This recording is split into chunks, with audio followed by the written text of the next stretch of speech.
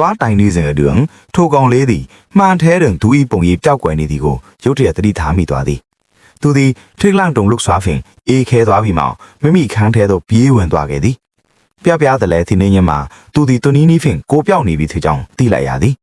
ဤစွာအသက်ကြောင့်စိတ်လှုပ်ရှားသွားပြီးနောက်သူသည်တခါမှမလုပ်ရဲခဲ့သောအရာတစ်ခုကိုစမ်းသပ်ကြည့်ရန်ဆုံးဖြတ်လိုက်သည်သူသည်ကိုပြောက်အတိုင်းကျောင်းသို့သွားခဲ့သည်စာသင်ခန်းထဲသို့ဝင်သွားသောအခါဆရာမရောကျောင်းသားများပါသူ့ကိုမမြင်နိုင်ကြသည်ကိုသတိပြုလိုက်မိသည်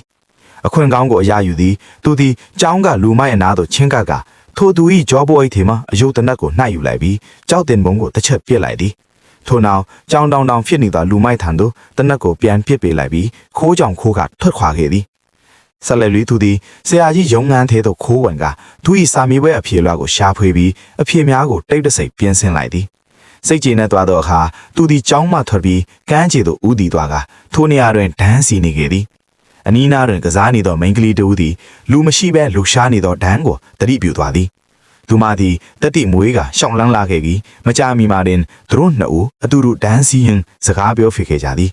ထိုညနောက်ပိုင်းတွင်ကိုပြောက်နေစေဖြစ်သောကောင်လေးသည်ထိုမိန်းကလေးအခန်းသို့တွားရောက်လဲပတ်ခဲ့သည်သူတို့နှစ်ဦးစောင့်အောက်တွင်ပုံအောင်ရင်တိုးတိုးဖော်ဖော်စကားပြောကလူချက်များကိုဝေမျှခဲ့ကြလေသည်